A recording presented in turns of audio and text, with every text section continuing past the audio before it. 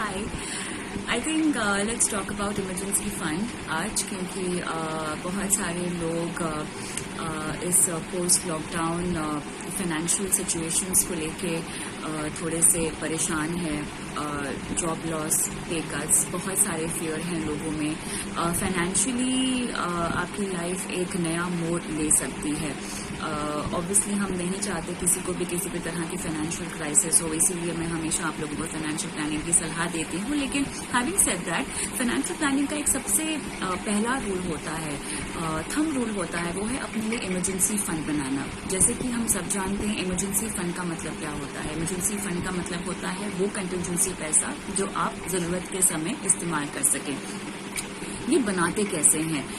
एक normal investment strategy आप अपने फाइनेंशियल गोल्स के तहत तो अपनाते ही हैं। अगर आपको मान लीजिए गाड़ी खरीदनी है, घर खरीदना है, बच्चों की पढ़ाई करनी है, तो ये एक फाइनेंशियल गोल है आपकी लाइफ का जो आपने पहले से सोच के रखा है, और इसके लिए आप इन्वेस्टमेंट स्ट्रैटेजी जो है बनाते हैं। डिपेंडिंग आपके पास कितना सारा टाइम होराइजन है उसके इन्वेस्टमेंट के लिए, आप अपनी रिस्क एपेटाइट के तहत इन्वेस्टमेंट ऑप्शन का चुनाव भी करते हैं।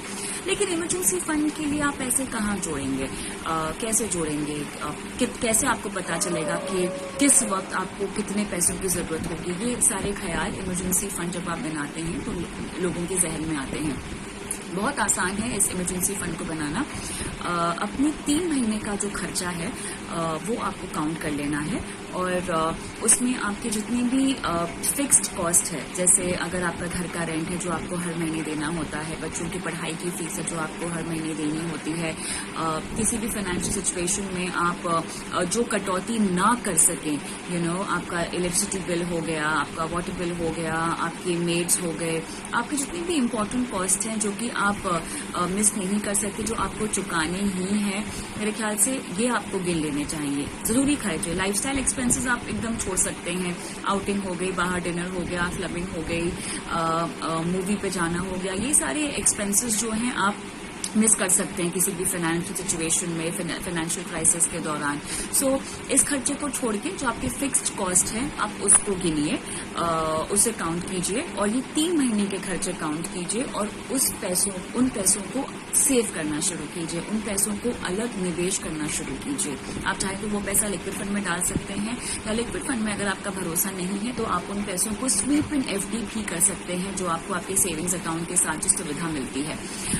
मैंने हाल ही में अपना इमरजेंसी फंड बनाया, और अभी हाल ही में मार्च से पहले का जितना भी खर्चा है वो मैंने काउंटिंग किया है। मान लीजिए अगर मैंने अपना जैन, फेब या ऑलमोस्ट मार्च, क्योंकि हम शायद 24 तारीख से लॉकडाउन में हैं तो उसके पहले तो काफी खर्चे हुए हैं, वो खर्चों को मैंने काउंट किया है। उन खर्चों को मैंने अलग अलग हेड्स में डिवाइड कर दिया।